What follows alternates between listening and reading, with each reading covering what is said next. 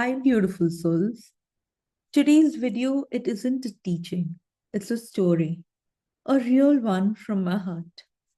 It's about that moment I finally understood why joy once felt like a burden and how meeting a very young version of myself changed everything.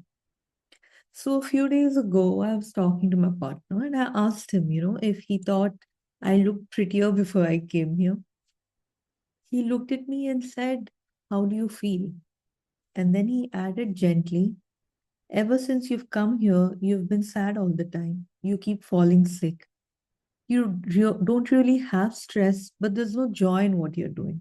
Even your yoga and dance classes, they feel like tasks." And his words just landed so deep, because he wasn't judging me. He was seeing me, he was mirroring me. And I realized he was right. And I had turned even the things I loved, like yoga, dance, writing my book, into duties. Everything had started to feel like a performance. And underneath all of it was guilt. A quiet old guilt, whispering, "You're too much. You make life harder for others. Don't feel so alive. Don't be so alive." That night, I just sat in silence and asked myself, why does joy feel like a burden? And that's when a very, very old memory surfaced. I was maybe 2 or 3. It was a hot afternoon in Dehradun in summer.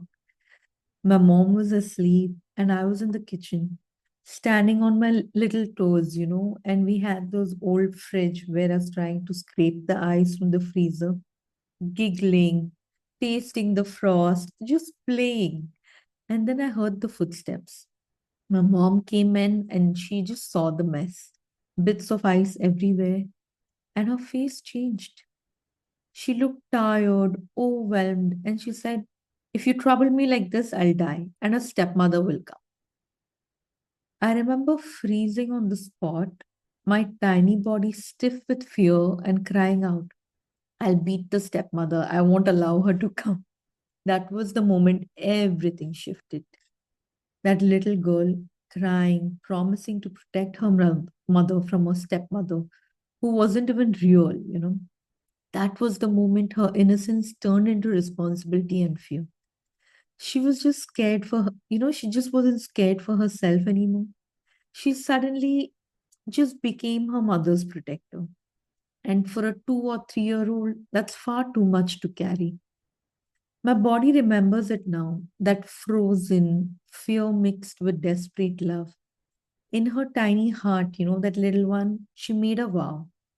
"I'll stay small, quiet, and careful. I'll never cause trouble again. I'll keep you safe, mummy." From that day on, joy began to feel dangerous because joy meant movement, sound, and laughter. The little things, the very things that once seemed to make my mom upset. So I learned to hold my breath, to dim my light, to mistake peace for silence. But today I can see what was really happening. I'm not reliving that fear, I'm witnessing it with compassion and awareness. And because I can see it clearly, that old fear no longer has to live inside me. It can finally soften, move, and leave. So that night I did a mirror exercise. I looked at myself and said, "I feel hurt because I believe I'm a burden when I'm happy." And when I turned it inward, I knew I have been the one stopping myself from joy because I'm afraid it'll make others suffer.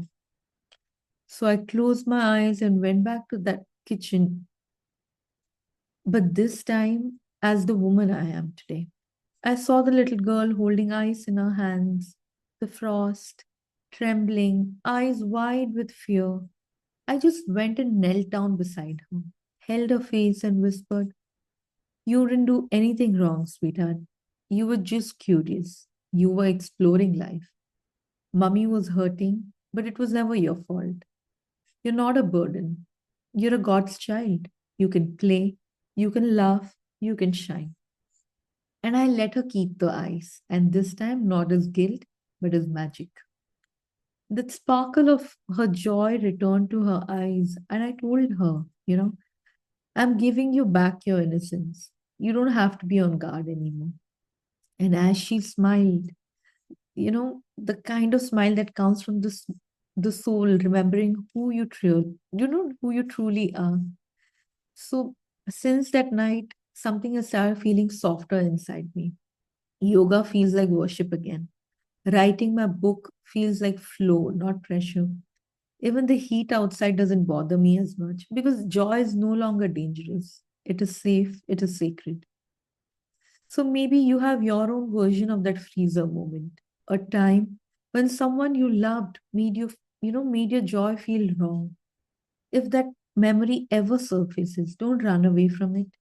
Just hold that younger you and whisper, you were never a burden. Your joy never hurt anyone. It's safe to be happy again. Let her laugh, let her run free, let her feel sunlight on her skin. Because joy was never the problem, fear was. And when you choose love, fear melts just like ice. Thank you for listening to my heart today. If this story touched you, just share it with someone who needs to remember their light. This is Suchi signing off. And remember, you were never a burden. You were always a blessing of light.